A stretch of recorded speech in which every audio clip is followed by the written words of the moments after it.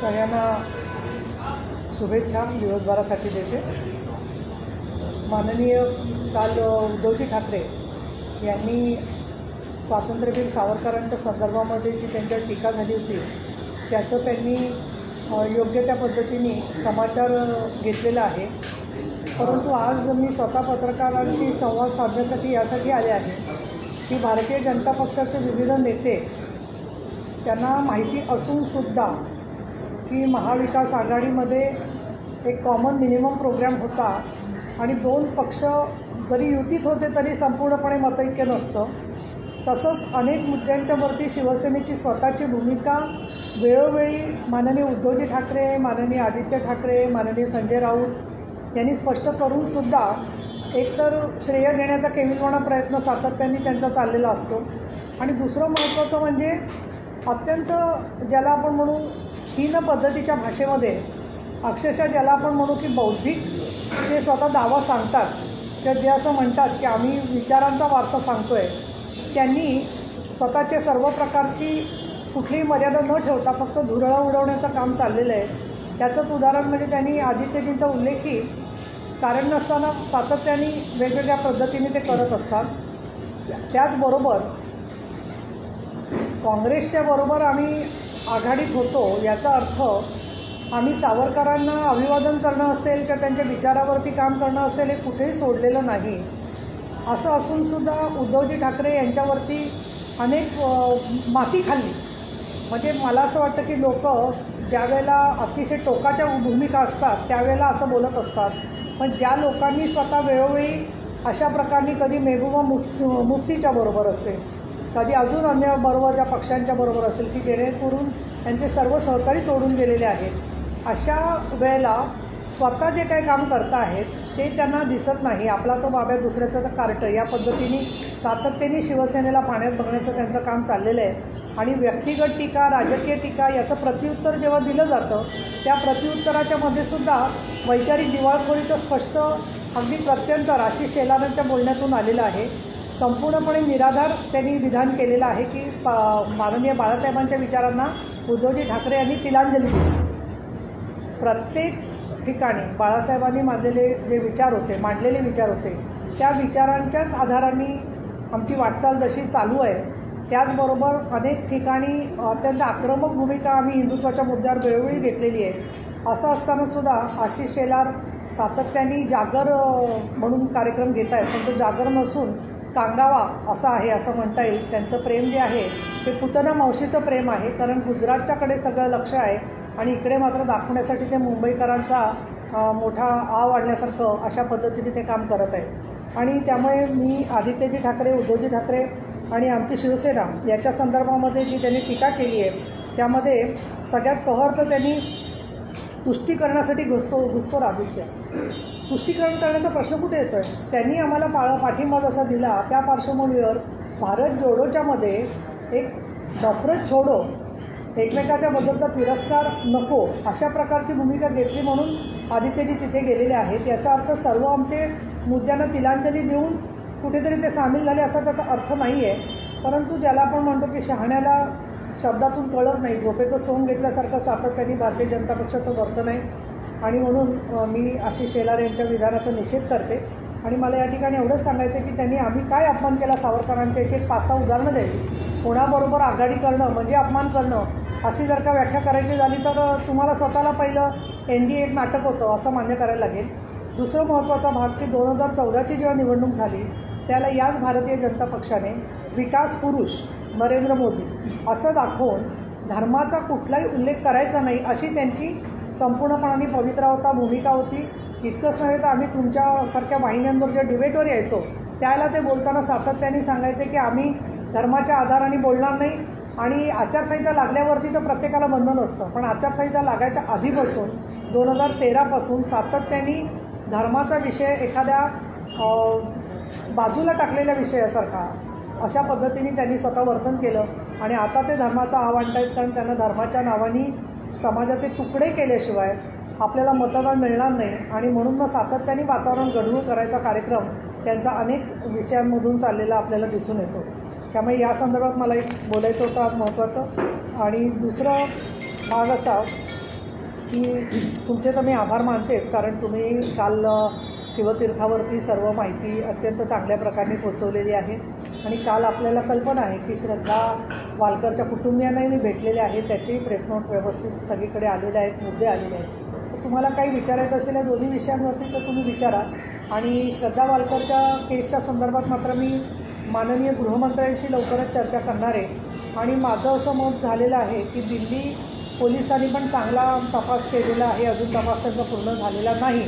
परंतु अपवादात्मक परिस्थिती लक्षात घेऊन महाराष्ट्र सरकारने दिल्ली पोलिसांना सहकार्य करून मदत आणि समन्वय, आणि विशेषतः हे एक महाराष्ट्र निवासी मराठी भाषिक कुटुंब असल्यामुळे त्यांना दिल्लीच्या त्या संपूर्ण जाणं, तिथे ती साक्षासाठी चालणं, हिंदीमधले प्रश्न, या पार्श्वभूमीवरती त्यांनी जरी व्हिडिओ कॉन्फरन्सिंगद्वारे जोडलं गेलं तर त्यांना ते जास्त सोपं जसं होईल तसं एक थोडा प्रघात काय तो तपासून घेऊन ॲडव्होकेट उज्ज्वल निकम यांची दिल्ली पोलिसांना असिस्ट करण्यासाठी महाराष्ट्र सरकारच्या वतीने त्यांची नियुक्ती करावी अशी मी शिफारस उपमुख्यमंत्री देवेंद्र फडणवीस यांना करणार आहे. त्यांच्या कुटुंबियांना मी जेव्हा भेटले तेव्हा त्यांनी मला सांगितलेलं की ताई, या सगळ्या प्रश्नांच्याबद्दल जे काय आम्हाला योग्य असेल ते तुम्ही सहकार्य करा, मार्गदर्शन करा, आमचा तुमच्यावरती विश्वास आहे. त्यामुळे त्यांचं म्हणणं पोचवण्याच्या दृष्टिकोनातून उज्ज्वलजी निकम यांची जर का तयारी असेल तर नक्कीच त्याचा उपयोग होईल असं मला वाटतं. आणि म्हणून राजकारणाच्या पेक्षा पलीकडची ही एक मागणी मी करत आहे. याखेरीज काही तुम्हाला प्रश्न विचारले तर विचारू शकता. धन्यवाद. एक एक घ्या, वन बाय वन घ्या. हां, काँग्रेस आणि शिवसेना दोन्हींची भूमिका कॉन्ट्रॅक्ट केली होती, या सगळ्याचा परिणाम महाविकास आघाडीच्या समीकरणावरती होईल असं वाटत नाही का? आणि येणाऱ्या काळात त्याचं रिफ्लेक्शन इलेक्शन्समध्ये असा आहे प्रश्न की काही विषयांच्या संदर्भात तुम्हाला माहिती आहे की आमचे आणि त्यांचे वैचारिक थोडे मतभेद आहेत, परंतु या संदर्भामध्ये विकास आघाडीच्याबद्दल त्याचा परिणाम होणं, आजच त्याच्या भाष्य करणं काही योग्य होईल असं मला वाटत नाही आहे. आमचा संवाद एकमेकाशी चांगल्या प्रकारचा आहे. आणि काही बाबतीत एक वाक्य वापरतो आपण की वी ॲग्री टू डिसॲग्री, म्हणजे आपले मतभेद आहेत या विषयामध्ये, हे एकदा आपल्याला जाणीव असेल. भावाभावांमध्ये मतभेद असतात, पत्रकारांच्यामध्ये दोन प्रतिनिधी एकाच वाहिनीचे असतील त्यांचे मतभेद असू शकतात, कसा प्रश्न विचारायचा याच्यावर दोन वाहिन्यांमध्ये मतभेद असू शकतात. त्याच्यामुळे मतभेद आहे म्हणजे आपण एकमेकाला भेटत नाही किंवा संवाद ठेवत नाही असं नाही आहे. वर्किंग रिलेशनशिप काही वेळेला असू शकते.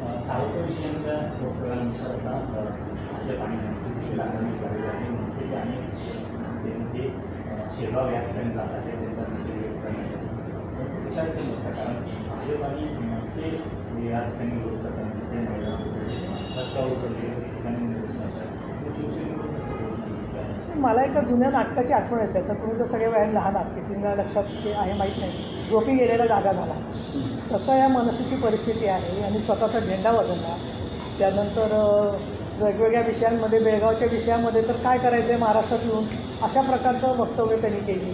आणि आता ते काय आहे, साधारणपणे शिडाचं होकायंत्र वाऱ्याप्रमाणे फिरतं, तसं भारतीय जनता पक्षाच्या वाऱ्यानुसार त्यांचे निर्णय जे असतात ते चालते, दुसरं काहीच नाही आहे.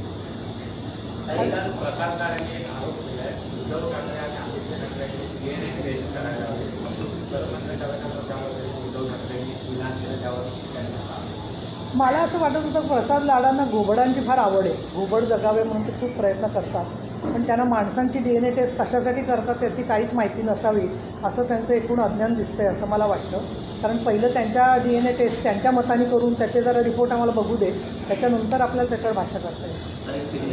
म्हणाले की सावरकरांच्या मुद्द्यावर महाविकास आघाडीमध्ये फूट पडेल, म्हणजे शिवसेनेची भूमिका वेगळी आहे तर काँग्रेसची भूमिका वेगळी आहे. म्हणजे काँग्रेसचे नेते राहुल गांधी ज्या प्रकारे सावरकरांवरती वक्तव्य करतात त्यामुळे शिवसेना नाराज आहे, कुठेतरी फुटीचे संकेत येथे दिले गेले.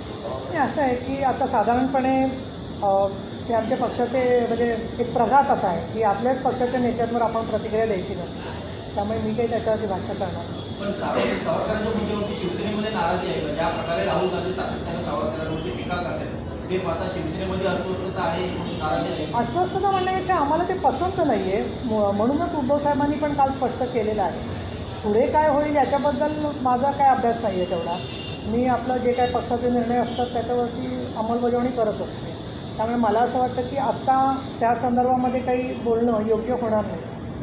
यांची नाराजी काँग्रेसच्या वरिष्ठ नेत्यांशी किंवा राज्यातल्या नेत्यांशी या संदर्भात ठीक आहे ना, तेव्हा ज्या क्षणी माननीय उद्धवजींच्याबद्दल आजही त्यांना खूप आदर आहे प्रत्येक बाबतीमध्ये, अशा वेळेला त्यांनी जे मत मांडलं आहे त्याच्याकडे कोणी दुर्लक्ष करेल अशातला भाग नाही आहे. व्यक्त केलेलाच आहे ऑलरेडी. आमची भूमिका जी आहे ती कालच उद्धव साहेबांनी स्पष्ट केलेली आहे आणि निर्विवादपणे स्पष्ट केलेली आहे. आणि त्यांची भूमिका म्हणजे शेवटी पक्षामधल्या सर्वसामान्य सैनिकाचं मत आणि पक्षश्रेष्ठींचं मत याच्या आधारानेच भूमिका स्पष्ट केलेली असते. काही महाराष्ट्राच्या राजकारणात परत एकदा गुवाहाटीची एमपी होणार आहे. बाळासाहेबांची शिवसेनेचे सर्व नेते गुवाहाटीला जाणार आहे. त्यांना कुठे जायचं असेल ते गेले ना तरी त्यांना परत इथेच यायला लागणार आहे, कारण खुर्च्या येतात त्यांच्या. त्याच्यामुळे मला असं वाटतं की असं लोकांना त्यांच्याच गटामध्ये थोडीशी जी काय अस्वस्थता आहे ती शांत करण्यासाठी गुवाहाटीचं औषध लागू पडेल असं त्यांना वाटतंय. पण हे औषध काय आहे हे जनतेला कळलं पाहिजे एवढीच आपली अपेक्षा आहे. मग असं काय बोललं तर ते केस करायला तयार आहे. म्हणजे गुवाहाटीला काय करतात त्याचं जरा लाईव्ह ट्रान्समिशन झालं सगळं दिवस रात्र तर बऱ्याच गोष्टी स्पष्ट होतील. कई हिंदी में जानना चाहेंगे उस तरह से लगातार सावरकर के मुद्दे में बीजेपी या दूसरी पार्टियां शिवसेना को निशाना बना रही है. महाविकास आघाड़ी में महज सिर्फ अपने आप को मजबूत करने के चक्कर में शिवसेना बात से दूर नहीं कि सावरकर की बदनामी की जा रही है. कि मैं स्पष्ट करना चाहूँगी, अच्छा सवाल पूछा है आपने. आपको याद होगा कि जब अयोध्या में राम जी के मंदिर बनवाने का ये था, एक बहुत बड़ी चुनौती थी, तब भी उद्धव जी ठाकरे सीएम होने के बाद भी, सीएम होने के पहले भी कई बार अयोध्या जा चुके हैं, राम जी का दर्शन लिया है. और राम है तो सब बात में राम लगता है, फिर हम सत्ता में हो या सत्ता में नहीं हो, हिंदुत्व के प्रति जो हमारा मन में सम्मान है वो हमेशा के लिए निरंतर पूरे ज़िंदगी भर शायद जितना हो सकता है उतने ये ज़िंदगी में श्रद्धा के साथ ही हम आस्था के साथ ही काम कर रहे हैं. इसके लिए ये सब गलतफहमी फैलाने का मायाजाल है ऐसा मुझे लगता है. शिवसेना शांत महाविकास आघाड़ी में से आरोप शांति का क्या सवाल है. अभी हम तो बहुत बिजी हैं, पार्टी का हर डिस्ट्रिक्ट का मीटिंग हो रहा है, कई मुद्दों पर आदित्य जी खुद अलग अलग डिस्ट्रिक्ट में जाके काम कर रहे हैं. जहाँ पे चुनाव है वहाँ पे चुनाव के काम में सब लोग बहुत व्यस्त हैं, आंदोलन भी चल रहे हैं कई मुद्दों पर. और इसीलिए मुझे तो लगता है कि लोगों के जो सवाल है उस पर काम करने के लिए हमें और समय चाहिए है, क्योंकि लोगों के प्रश्नों में से, लोगों के सवालों से ध्यान हटाने की कोशिश बार बार हमारे विरोधक कर रहे हैं. तो इसलिए मुझे बिल्कुल नहीं लगता है कि हम लोग इसके जाल में फंसे और उनका जो ट्रैप है उसी में अटक जाए. और इसीलिए हमारा तो कहना है कि जो अपने इश्यूज़ है, किसानों के इश्यूज़ है, अभी अधिवेशन होने वाला है, तो अधिवेशन में जो भी मुद्दे आएंगे उस पर ज़्यादा इंसाफ देने के कर्तव्य हर एक का है. तो शिवसेना भी उसमें ज़रूर अच्छा भूमिका निभाएंगी. लेकिन राहुल गांधी जिस तरह से बयानबाजी कर रहे हैं, इस बयानबाजी से ऐसा नहीं लगता है कि शिवसेना के कई कार्यकर्ता लीडर्स के मन को हो रहा है. क्या आपके बड़े नेता राहुल गांधी या फिर कांग्रेस के नेताओं से बातचीत करेंगे? देखिए, शिवसैनिकों ने बहुत कुछ दुनिया देखी है. 15-20 सालों में जब बाला साहब जी थे उस समय से भी कई लोग उस समय भी छोड़ के गए हैं. उसके बाद में कुर्सी के लिए कुछ लोग गए, कुछ लोग दूसरे पार्टी में चले गए, कुछ विधायक चले गए, उनमें से 1-2 चुन के आ गए, फिर बाकी तो सब हार गए. तो उनके मन में परिणाम तो होता है, कोई बिना वजह टीका करता है, आलोचना करता है तो दुख तो होता है. लेकिन शिवसैनिक इतना कमज़ोर नहीं है कि वो आलोचना के कारण खुद इसमें डर के घर में बैठेगा. हमारा तो ये अनुभव हुआ है कि जितनी हमारे ऊपर आलोचना होती है उससे ज़्यादा लोगों में उम्मीद तैयार होती है, जैसे कि ऋतुजा लटके जी के चुनाव में उनकी पर्ची भरने के लिए जिस तरीके से हज़ारों लोग वहाँ पे इकट्ठा हो गए और जो लोगों में चैतन्य था, जो चेतना थी, वो देखने के बाद में हमारे जो विरोधी पक्ष थे वो भी सब चुनाव में से निकल गए। तो इसके लिए यही आपको चेतना आगे आने वाले दिनों में भी बीएमसी के इलेक्शन में भी देखी जाएगी और जिला परिषद पंचायत समिति के जो चुनाव है उसमें भी देखी जाएगी। लेकिन एक फ़र्क ज़रूर है, मैं आपको उसके बारे में मैं भी मानती हूँ कि सोशल मीडिया में गलत फ़ोटो निकाल के उसका वायरल करना और लोगों को ज़िंदगी से पूरा बर्बाद करने की कोशिश करना, ये बात भी हो रही है। तो इसके लिए मुझे ऐसा लगता है कि उसकी आदत नहीं है, शिवसैनिक या किसी भी आम लोगों को ऐसे बातों की आदत नहीं रहती कि पूरी झूठी बात कोई बोलता है। और अभी भी समाज में उनको क्या लगता है लोगों को कि कुछ भी बात प्रिंट होकर प्रसिद्ध हो गई तो इसका मतलब वो सच्ची हो गई। और इसके लिए कभी कभी ये न्यूज़ जो खबरें गलत तरीके से चलाई जाती है उससे दुख तो लोगों को होता है, लेकिन धीरे धीरे लोग उस पर डट से करके एक संघर्ष करने की भी तैयारी कर रहे हैं। बीजेपी के लोग खासकर आशीष शेलार के नेता शिवसेना को टारगेट कर रहे हैं। कौन? आशीष शेलार या फिर दूसरे नेता जिस मुद्दे में शिवसेना को टारगेट कर रहे हैं। देखिए, शिवसेना के ऊपर आलोचना करने के बजाय किसी को प्रमोशन नहीं मिलता है। और अभी आशीष जी ने कितना हमारे ऊपर टीका किया, लेकिन उनको ठीक तरीके से मंत्री भी नहीं बनाए लास्ट गवर्नमेंट में। वो भी 8-10 महीना हो गए फिर निकाल दिए। अभी शिक्षा में वो कुछ कर सकते थे, लेकिन वो जब तक आलोचना नहीं करेंगे उनको कोई प्रमोशन ही नहीं मिलेगा। फिर अभी उनको ऑलरेडी साइडिंग में डाला है गवर्नमेंट होने के बावजूद, तो उनको तो उनका फ़र्ज निभाना है ना। और हर रोज़ उनका पढ़ा जाता है मराठी में ट्रांसलेट करके, आपको मालूम नहीं होगा। वो मराठी से ट्रांसलेट होता है। 2-3 लोगों को अपॉइंटमेंट किया है कि जो हिंदी वगैरह देखते हैं, तेलुगु में वगैरह भी कुछ आप छापते होंगे तो वो भी पढ़ के हर एक का एग्ज़ाम लिया जाता है हर वीक में। और गुप्त तरीके से बातमी देने वाले भी बहुत लोग हैं, उनमें से कुछ आपके भी हो गए। तुम्ही मला प्रश्न विचारला, मी हसते म्हणजे तुम्ही मला सांगताय अहो राजकारण आहे सरळ सरळ की जोपर्यंत शिवसेनेवर टीका होत नाही तोपर्यंत काहीच प्रमोशन मिळत नाही। मग खूप शिवसेनेवर टीका केली तसं खूप प्रमोशन मिळालं आत्ताच्या विद्यमान मुख्यमंत्र्यांना, तसं आशिष शेलारांना सुद्धा आता इतकी वर्ष ते टीका करतायत म्हटल्यावरती काहीच नाही हो। परत मुंबई अध्यक्ष एवढंच आहे, तिथेच तुम्ही स्थिर आहात, we are fit for the post, we have been appointed, असं केलं आहे सगळं। आणि त्याच्यामुळे त्यांना आता त्यांची मजबुरी आहे टीका करणं ही। नारायण राणे, किरीट सोमय्या, कंगना राणौत, ही चितळे, कितीतरी लोक असे आहेत की त्यांना ते जेवण खाणंच मिळणार नाही ना त्याच्याशिवाय, त्यामुळे ते करतातच टीका।